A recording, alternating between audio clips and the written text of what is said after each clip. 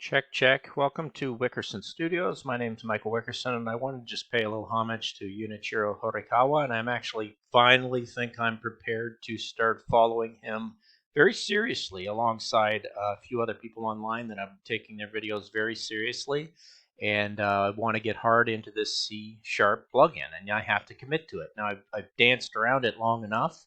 I've got a few things here that I'd like to share. The first of which I'm just going to drag in here is definitely this series of the basics of Grasshopper plugin development by Junichiro Horikawa. And yes, this is going to get you in quick, away from C# and the Python. I'm probably going to jump through here and keep jumping into the C# right now because I'm very eager to see what's going on. But this is a series that up to the 22nd video spans a 2-year period, and this is the most recent one that he's done in bringing Rhino 7 into Unity, and I think hopefully I'll be there in the next couple of months. I'm watching and I'm following, but I've always looked at this video that's on here, the basics of the Grasshopper plugin, and what he's done in that video. I'm not going to play it right now, nor the advertisements, because he's certainly got a following. He's got 10,000 people watching this stuff. As he goes into this video without the volume on, it's worth taking a look. He's going to show you the setup, and I've been through it a few times, and he's using, I think, Visual Studio 2017, and he's using Rhino 6, so I had to backload that from my work in process 7. But everything is pretty understandable. I've been through it a couple of times, but he breaks this down in fine detail, and in doing so, I'm just going to show a highlight of what I've generated, and it's his form. Now, the script itself is not generating this whole form. What he's done is he brought in a populating surface from a sphere, and he made this interesting geometry. Now, think of this 2 years ago when he's making this form, and I just think that's kind of interesting in the wake of coronavirus and what it looks like. But here it is. It's basically what I do. I build a curve. I usually surface it with a pipe, and I orient that on a surface. I'm using the quad sphere, so I have a real interest in following what he's made geometrically. And this is a nice little result of what's happened. But that's not what I'm going to look at right now. I'm going to go in here, cancel this, probably focus solely on the spiral node as what's happening. So I can take off everything, take this off and go to preview off. I'll probably go back into just shaded. I'll take off the other things as well because I don't need those. Preview off. And we're left with these coils. And they've been run through quite a few things. And I think what I'll also do is just disconnect this for right now and get back to that coil as what he's created. Now, he's paired this along with Jose Luis does the same thing. He'll do a Grasshopper file first, and then he'll interpret it in the script, and you can see the complexities of his video. But then here, he's put it in as a plugin as opposed to what I've been doing, which is bringing in data by C#. So if I bring in a C# node, I can go in, I can double click it and see within the C# script everything that's going on, and people can get their nose into that. And his main point is to make the plugins, and that way nobody can jump into there, and they can only see what you put down as the help menu, and there's nothing really in here but the inputs and output descriptions. You have to open this over in Visual Studio, so that's going to bring me to Visual Studio and how this is generated. So enough looking in the Grasshopper, enough looking in here. You can go in here and start to manipulate this with number sliders if you want, taking the waves and going in here and say you want 2, then you want 3, 4. So you can start to manipulate that with the number sliders that are on there, which are very interesting. But I want to go into the visual script and say, I'm committing to this and I'm making a jump into that. And so what his video goes through is it walks you through how to set these up, how to bring in exactly your properties, which I don't actually have properties on here for some reason, and I'm very new to this as well. I've got to go into my properties tab. I think it's here under view. Yeah, I go into my properties window and bring it up. I'm not sure why my F4 isn't popping in here. It is on his, but maybe it's just Visual Script. Visual Studio 2019 does this, even though I remember on a different program, jumping back into here, is I've made this spiral a few times. I've made this through other people's apps as well. So not only do I have it here as what I'm working on as this form to come in, I did it initially under a program that I was going to call Half Man, Half Beaver. It was the template I was playing with. And then the other H that's here is basically the Horikawa one that he called Hello Spiral. So I can go into there, and it's basically the same thing, but his is much more interesting. I mean, he shows you how to customize that script and take it from that initial flat curve and script it off to being this. And that's really the transition of what he does from these two spirals, the flat one, 2D one, to the three-dimensional one. And a really wonderful example of going in and walking you literally through your public class of your components. Name it what you want. He's called it Hello Spiral. I went in and did some changes on my first version.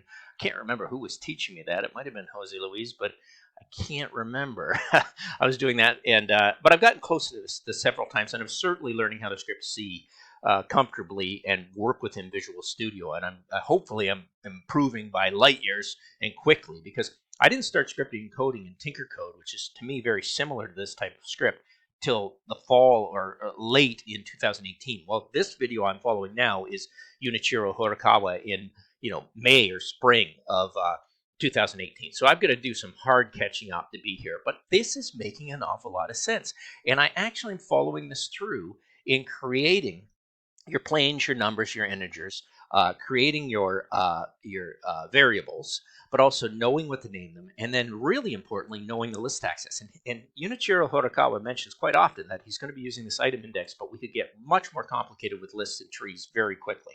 But he added 2 to this component, which had 4, and then he shows you how you not only have to put it into this section of register input params, you've also got to register your output params. And you also have to follow this down as you're changing these things. And he didn't change anything in this one. I think he was happy with what was there. But you also have to bring them in again. You have to override those, so you have to get the data from there. And I think this DA is this kind of DA object can be used to retrieve data from input parameters. So you've got to be using that little wonderful IGH underscore data access DA. And he adds his height and waves on here again, keeping in mind he's got to do some right here, we need to access the input parameters individually. When data cannot be extracted from the parameter, we should abort this method. And then he goes in and has to add the other 2 as a return factor. So you not only make it, but you've got to return those. And that makes sense. Then he goes in and has these if statements for, like, in case the data gets screwy. So if it goes below 0, becomes negative, becomes negative, becomes negative, becomes negative. Height he didn't have a problem with going negative, which is interesting why this still is in here. I thought I removed it, but I guess I didn't. Actually, I don't mind if it goes below 0. And it shouldn't say that. It should say something different about height. So I'm just going to make a note about height because I didn't change that. Strange that I didn't. I actually thought he erased all of this. But if I do that now, then I'm going to have to rebuild. And I'm having a trouble with my version 6 because I don't have the paths to get back onto that. And I was using work in process 7. I've got a code for Rhino 7, but my school doesn't want to put it in yet. Those are my problems. But if I do make any changes in here, I'm actually rerunning my script in Grasshopper, which was another technique that I got off of a forum. And that might make sense in a minute. But let's just go back and make a little subtle change here. You have to put your height and waves in again. You're going to walk through. You have to put your height and waves in. You have to list them. I'm still trying to figure out integer 32 as opposed to, obviously, 32-bit signed integer. Why I can't just use integer, I'm not really sure. My brain hasn't wrapped around that yet. But he goes in and scraps the whole script and writes the code. Now, he writes in this for loop. And this line outline, he reduces it, this one line, customizes that line to NURBS. He creates this line and then puts in this line to NURBS function. And then he outputs the return spiral, the curved spiral.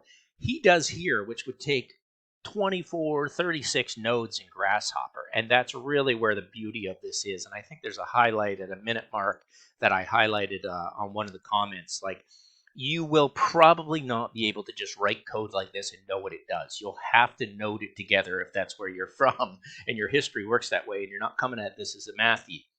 And you can visualize those things. You'll want to do it in nodes in Grasshopper first and then literally just rewrite it out here. And I made a small error of putting in I here instead of 1. I couldn't figure out what was wrong with my script because it's hard to see a 1 different from I.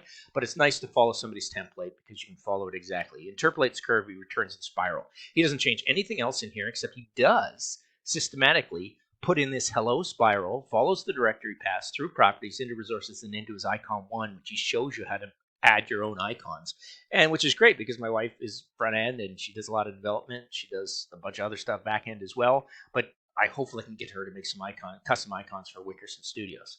And this would be the springboard to get into this. Now, since I did do that, I'm going to say the build that, and what's kind of stinks. Okay, that's working fine. If I close out Visual Studio and go back into here, my method is I can't just go into here and hit start, and then it restarts. I would have liked to do that, but by Rhino 6, like I said, I'm having trouble with that license, and then I got to go get my license every time I type it in. So what I've done is set up in here through another video tutorial, which I wouldn't recommend everybody does.